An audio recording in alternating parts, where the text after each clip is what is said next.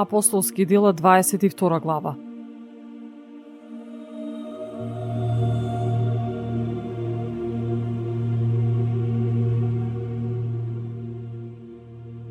Мажи, браќа и татковци, послушајте ја сета моја одбрана пред вас.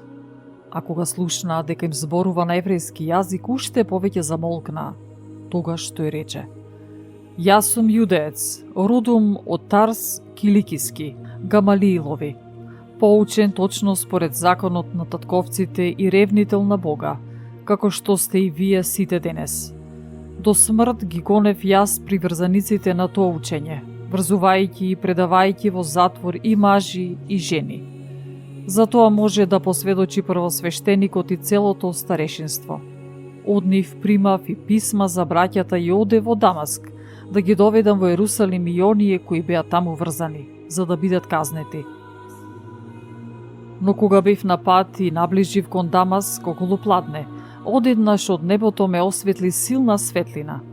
Јас паднав на земја и слушнав глас кој ми зборуваше: Савле, Савле, зошто ме гониш? Јас пак одговорив: Кој си ти, Господи?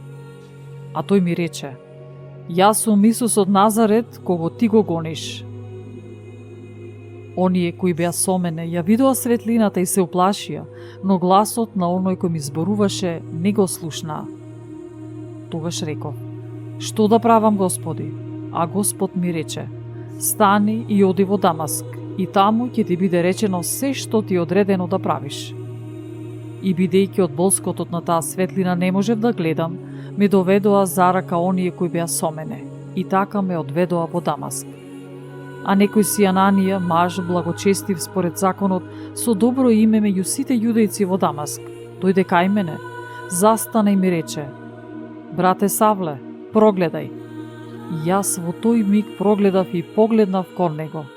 Тој ми рече: Бог на нашите татковци те определил да ја познаеш неговата волја, да го видиш праведникот и да слушнеш глас од устата негова, зашто ќе му бидеш сведок пред сите луѓе за она што си видел и слушнал. И сега, зошто се задржуваш? Стани, крсти се и очисти ги гревовите своји, повикувајќи го името на Господ Исус.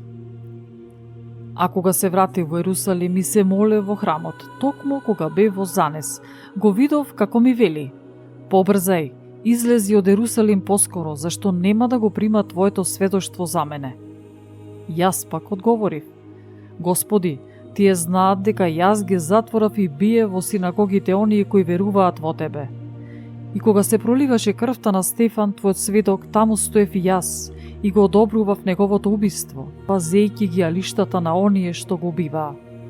И ми рече: Оди, јас те праќам далеку, кај незнабожците. И седо овој збор тие го слушаа, но потоа го издигнаа гласот свој и почнаа да викаат: Тргни го од земјата таков, тој не треба да живее.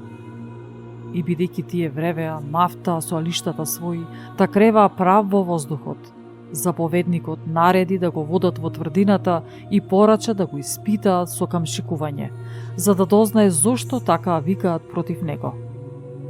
Но кога го растегнаа со ремења, за да го камшикуваат, Павле му рече на стотникот кој стоеше таму: Зар ви е дозволено да камшикувате римски граѓанин и тоа без пресуда?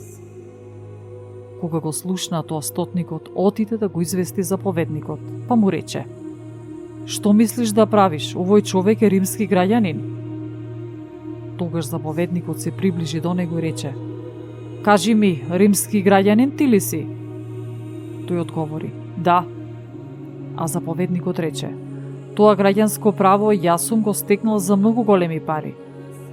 Павле пак рече: А јас сум се родил како таков. И веднаш отстапи од него оние кои сакаа да го испитуваат.